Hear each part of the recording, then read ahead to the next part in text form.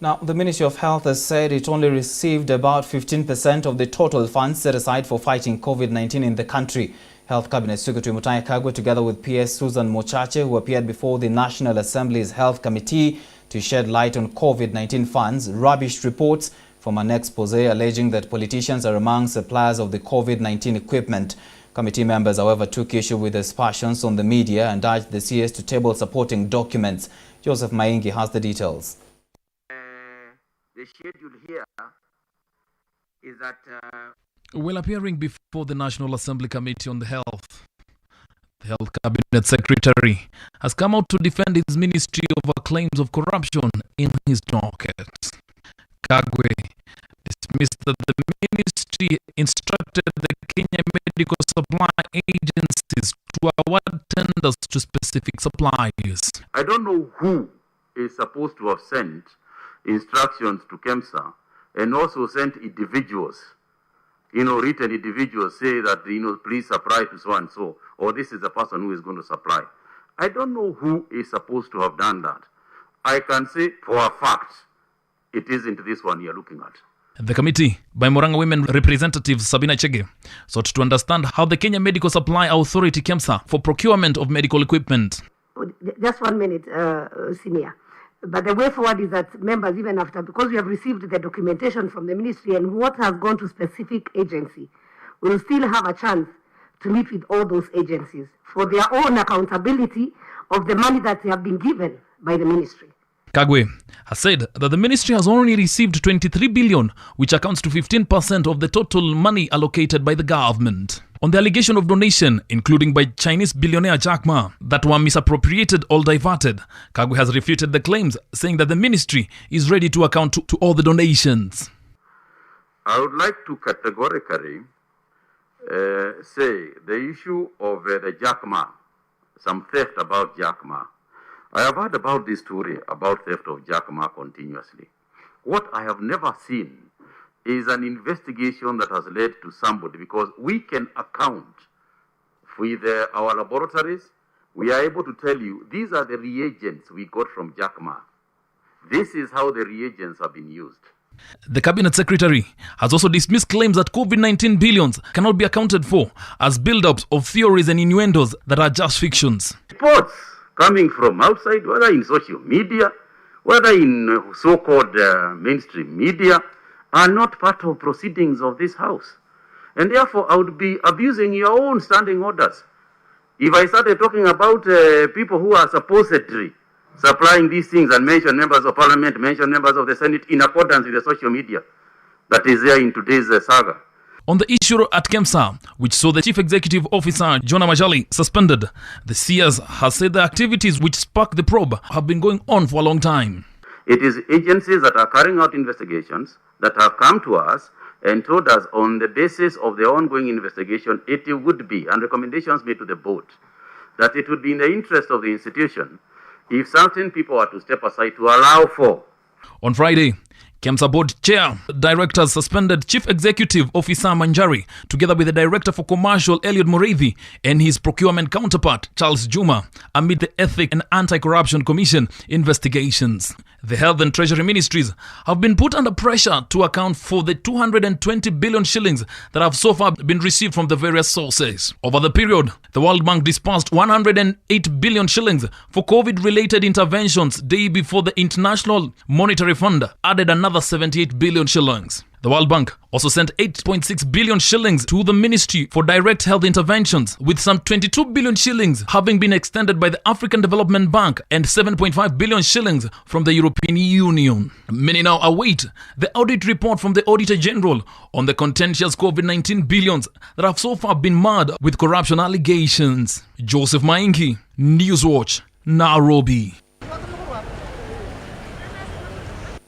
Away from that now, Ford Kenya Party has expelled Tongaren MP Eseli Simiyu, his Kandui counterpart Wafula Omunyenya, and Busia nominated MCA Cynthia Mutere from the party. This follows an ending leadership wrangles at the party that is led by Bungoma Senator Moses Wetangula. The decision to expel the three was reached following a National Executive Council and Parliamentary Group meeting held in Nairobi. Our reporter Grace Ongui has the story.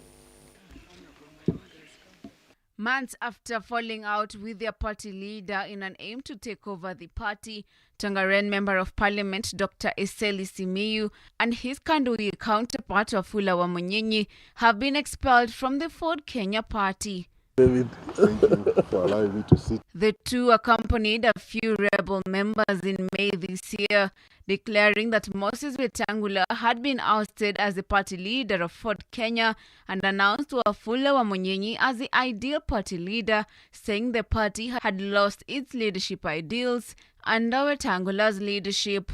We are not going to allow the party to be taken by Omondi. The wrangles further escalated to court, a move that saw Eseli, who has been the party secretary general, and Wamunyenyi barred from transacting the party's affairs.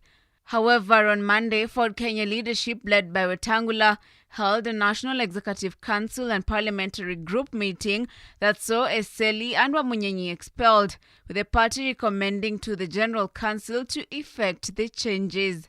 Upon members' deliberations, the HopeTvKenya National Executive Council today has recommended that, pending the General Council under Article 50B of the party constitution, 1. Honorable Dr. Eseli Simiyu be and is hereby expelled as a member of HopeTvKenya party. 2. Honorable Wafula Wamunyenyi be and is hereby expelled as a member of HopeTvKenya party.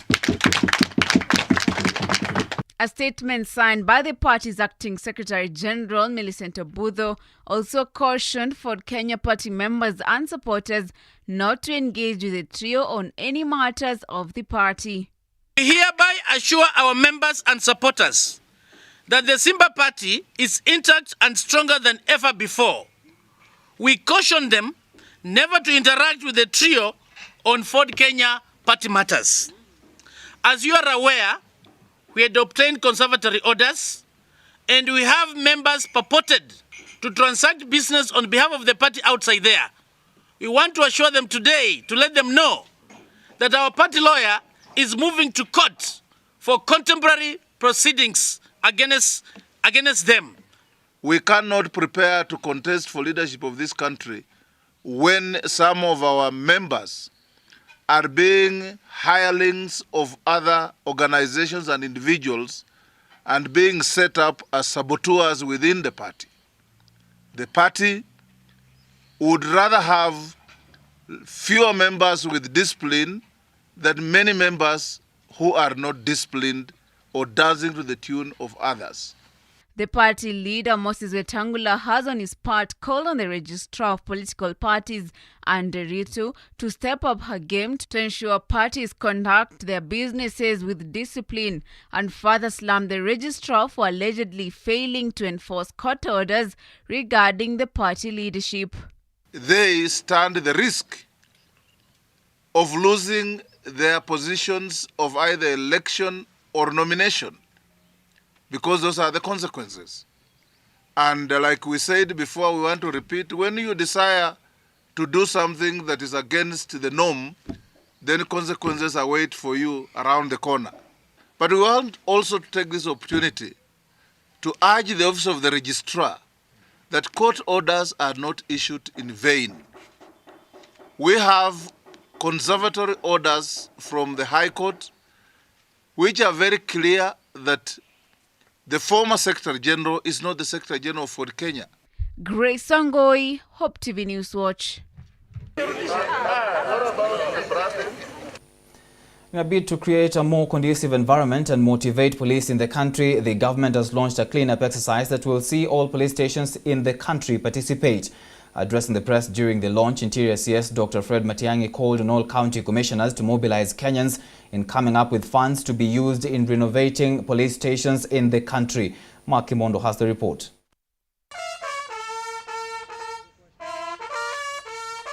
The launch of cleanup activities in Kenyan police stations by Interior Security CS Dr. Fred Matiang'i has attracted high expectations on the improvement of police living conditions that has for decades remained a major concern in the country. all police stations across the country are expected to participate in the activity that will see the OCSs of the most cleanest police station promoted after the results are out by December this year. And because you are a member of the National Police Service Commission, I want to persuade you, and I hope that I will succeed to persuade you politely, that when we have identified those 3 cleanest police stations, we promote the OCSs automatically.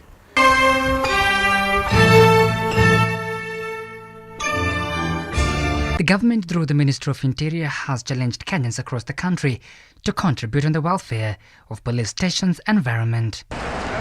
According to a report published by POA 4 years ago, more than 63,000 police officers were living in deplorable conditions, which undermined their morale to offer services to the society. The story of police stations across the country, if I have to be honest with you, is not a good one. I went to Isiolo police station. If you go there, the police station there is one that was built in the 50s or probably before, during the colonial times. I was telling IG the other day that while you are seated in the report office, you can see through the cracks. You can see somebody parking.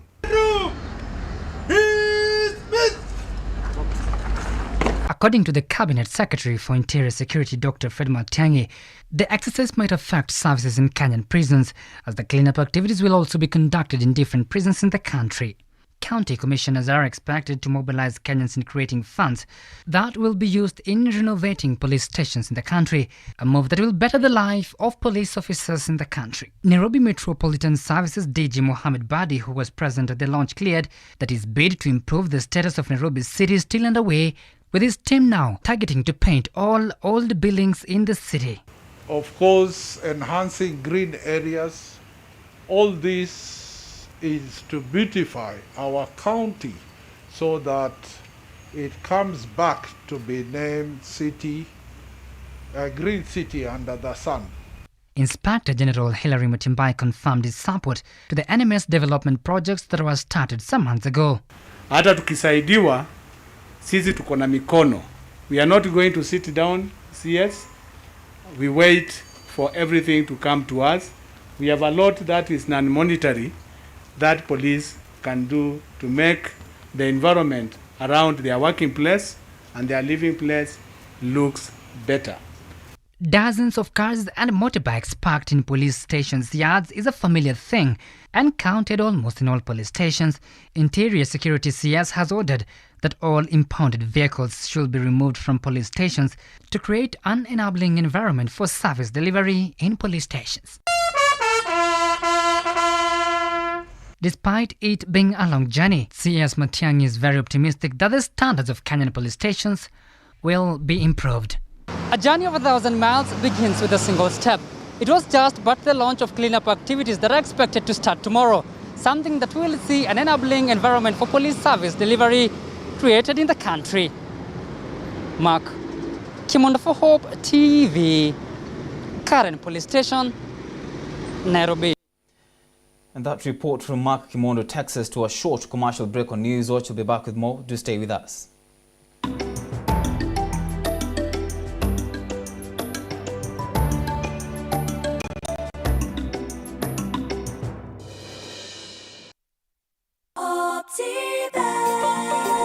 Welcome to Rafiki Gardens along Kangundo Road by HopeTvKenya. This is an ideal and affordable piece of investment that is strategically placed within the Nairobi metropolis. Rafiki Gardens is close to key social amenities like schools, banks, and shopping malls. This project comes with ready title deeds, Maram roads, and a marking fence round the property.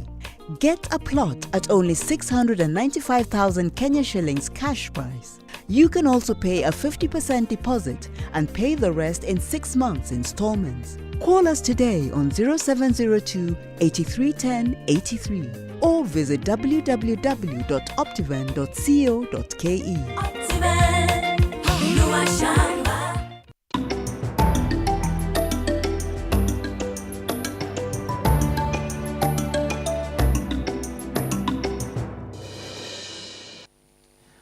Welcome back. You're watching Hope TV News Watch. Mombasa Governor Ali Hassan Joho has said that the reconstruction of the 6 billion shilling Buxton estate is unstoppable, calling for residents to brace for a forceful eviction. Joe has vowed to ensure that the project, to be funded through private-public participation, succeeds, even as a section of tenants read mischief over its rushed implementation. During a public participation meeting with the over 500 tenants of the estate, Joe said all genuine procedures will be followed before tenants are moved. He said the residents will be issued with a 3-month notice to vacate the premises. When you go back there, tell them the governor has said, we will not entertain shenanigans and sideshows. And they must know, I have the authority tomorrow to decide every illegal structure that is in Buxton can be removed. Wengine tumewaacha na tumehurumia kwa sababu ya ubinadamu. Tuona kwamba wanatafuta riski for so long.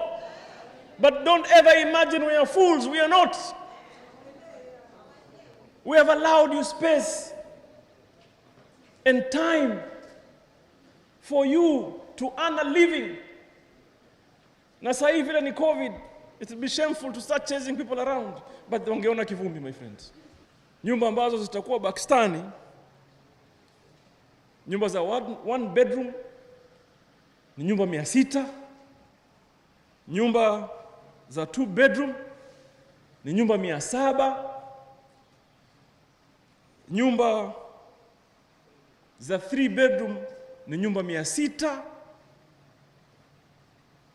Kutakuwa na social hall, kutakuwa na youth center, kutakuwa na nursery school, kutakuwa na medical center, hospitali ya kisasa hapo katikati, na kutakuwa na several sports grounds. Ile pricing ambayo kwa sisi tumefanya kwenye hizi nyumba 1.8 million bedroom moja, 3 million bedroom 3, 4.2 bedroom 3. Wewe ruka barabara nenda Chuda, usende mbali, nenda Chuda leo 3 bedroom haiuzi chini ya 6.5 million. Sasa ndugu yangu, hata kama hutaki kununua, chukua hii fursa, ongoja iwe tayari, uza, utengeze faida yako, wende, lakini usiwache nafasi.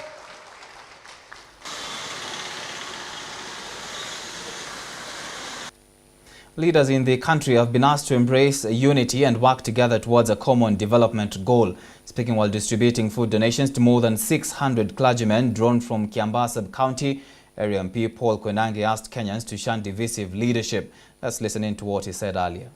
Napoteza wakati mwingi sana kupiga siasa, na mimi mnaonaga hata mkija hapa kwangu mimi sitakage siasa. Hata Kiambaa mkienda pali popote mimi sitakage siasa. Ukitaka tufanye kazi ile ambayo itasaidia. Sasa hii kazi wakati huu ni kuombea nchi, kuombea rais, kuombea madaktari, kuombea wale ma-scientists wako katika shule ya Cambridge ndio waweze kufanya vile wanafanya, na hivyo tu ndio Mungu anataka tufanye. We must learn to love each other. We must learn to listen each other. And we must learn to forgive each other. And we must learn to work together. Kama nchi inakaa namna hiyo, shida gani itakuwako? Now, the county of Siaya has received 97 million shillings from the multi-billion COVID-19 fund. This is according to the Governor, Colonel Rasanga, who said the amount has been channeled towards the construction and equipping of facilities to attain the 300-bed capacity. Addressing the media, the Governor said his government has been forced to channel over 117 million shillings that was meant for recruitment of staff for the Ministry of Health to fight COVID-19 pandemic in the area. Of the 117 million shillings, the Governor said 50 million shillings was used to settle an outstanding debt at the Kenya Medical Supplies Agency, KEMSA. He has called on the government to disburse more money from the COVID-19 kitty to help vulnerable members of the society during the pandemic. We were expecting to be financed on COVID. We have not been financed on COVID. Whatever we have received on COVID is 97 million for Siaya. That is part of the 5 billion. And that is what we have used in constructing and equipping the 300 beds, right? Yes, 300 bed center. And it has consumed almost all that money. we are expecting that some money will come. When that money comes, it will find us ready because we have the data, so we can easily take care of the vulnerable. Otherwise, the readiness is there, but we abandoned it when we knew there was no money for us to address the issue.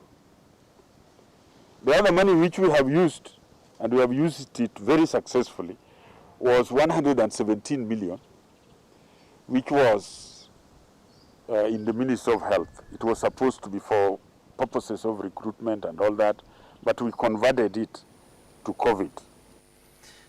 All right, let's take another short break. When you come back, of course, we'll be looking at what is happening in business.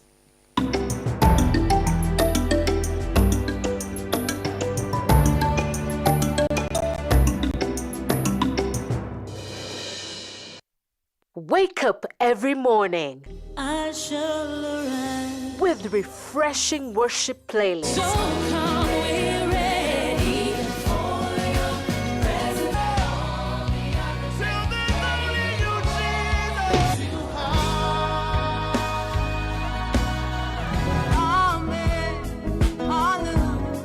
And powerful nuggets of God's Word. His mercies begin afresh each morning. We had pressed from every side, but we are not crushed. Right place. We desire to be in the sweet space. The place of praising, the place of singing lips.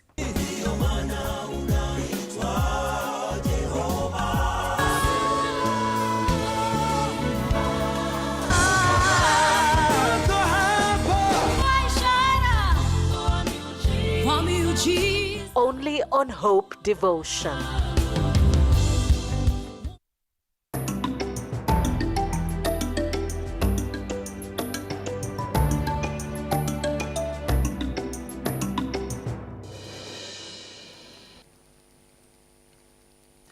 Welcome back to the broadcast. Tourism players in Watamu Township, Kilifi County have asked the government to relax some of the COVID-19 pandemic restrictions to attract tourists. The players, who comprise hotel and restaurant owners and even border operators, said the current restrictions are making it difficult for them to get good business as clients are shying away.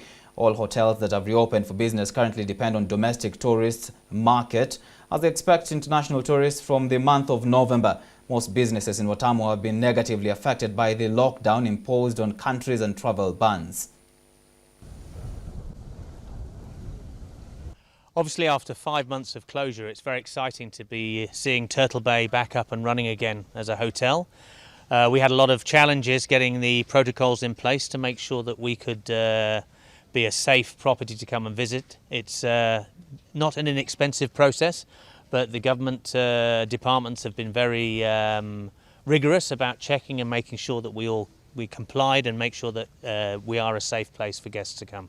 The way in which we operate our protocols within the hotels has been dictated by the Ministry of Health very sensibly, provided you are making sure that clients adhere to those. This shouldn't be a problem.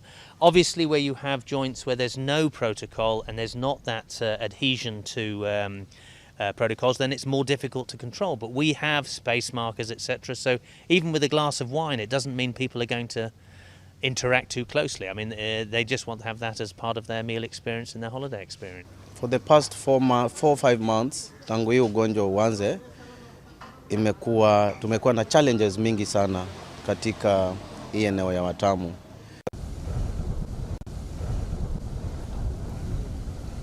Obviously, after 5 months of closure, it's very exciting to be seeing Turtle Bay back up and running again as a hotel. We had a lot of challenges getting the protocols in place to make sure that we could be a safe property to come and visit. It's not an inexpensive process, but the government departments have been very rigorous about checking and making sure that we complied and make sure that we are a safe place for guests to come. The way in which we operate our protocols within the hotels has been dictated by the Ministry of Health very sensibly, provided you are making sure that clients adhere to those. This shouldn't be a problem. Obviously, where you have joints where there's no protocol and there's not that adhesion to protocols, then it's more difficult to control. But we have space markers, etc. So even with a glass of wine, it doesn't mean people are going to interact too closely. I mean, they just want to have that as part of their meal experience and their holiday experience. For the past 4 or 5 months tangu hii ugonjwa uanze, tumekuwa na challenges mingi sana katika hii eneo ya Watamu, kwa sababu Watamu generally it is touristic na hakuna kitu ingine watu wanafanya apart from kuangalia tourists. Twaomba serikali kama itawezekana iachilie wageni angalau, hata kama ni kujikimu vile ambavyo wanataka tuvae barakoa nini, yani zile hali ambazo wanataka tuishi, tutaishi hivyo ili wageni angalau waachiliwe tuwe free na kazi zetu.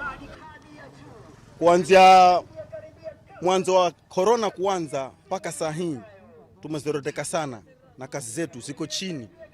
Manake Watamu hakuna kampuni, tumezoea hoteli zingize wageni ndio tufanye kazi. Kufikia saa hii tungekuwa tumepata wageni katika hotels, lakini hotels zote saa hii hakuna wageni. Safari tour operators have witnessed a 75% decline in bookings due to the impact of the coronavirus pandemic.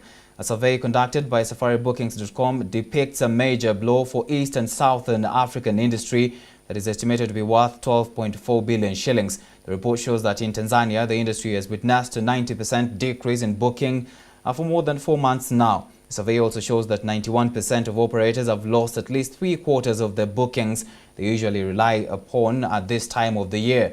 75% of the cancellation increased due to the COVID-19 outbreak compared to 25% witnessed same period last year. 50% of the cancellation was due to the concern of the virus.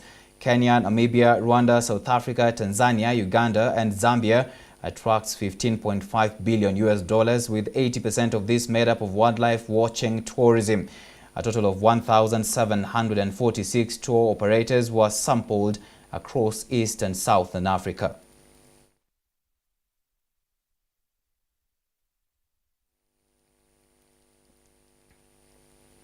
And producers of commercial crafts in Kenya competitively for the international market can now utilize technological advancement both in equipment and the internet to ensure that their ventures are successful to defeat the effect of COVID-19 that has slowed their businesses. Our reporter Joe Jesse speaks to Edith, whose family has been in the business for 15 years. With the crafts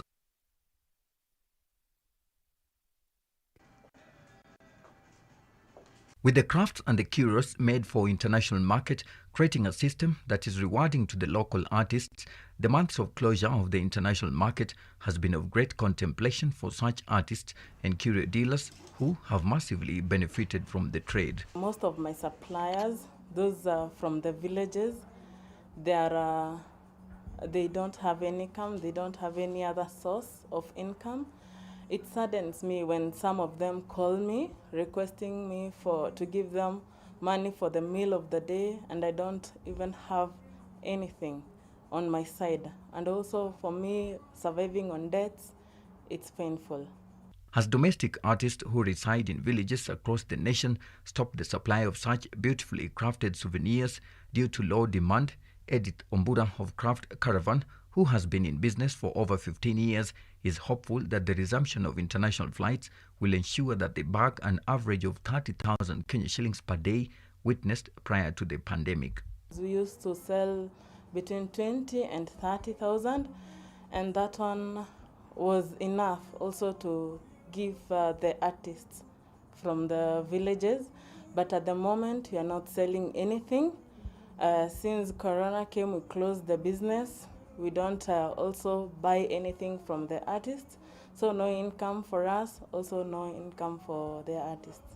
However, Edith's main concern are the local artists who are the suppliers of the artifacts, which also serve as a testament of tourist trips to Africa, creating international entrepreneurship for many curio entrepreneurs. The artists come from the villages.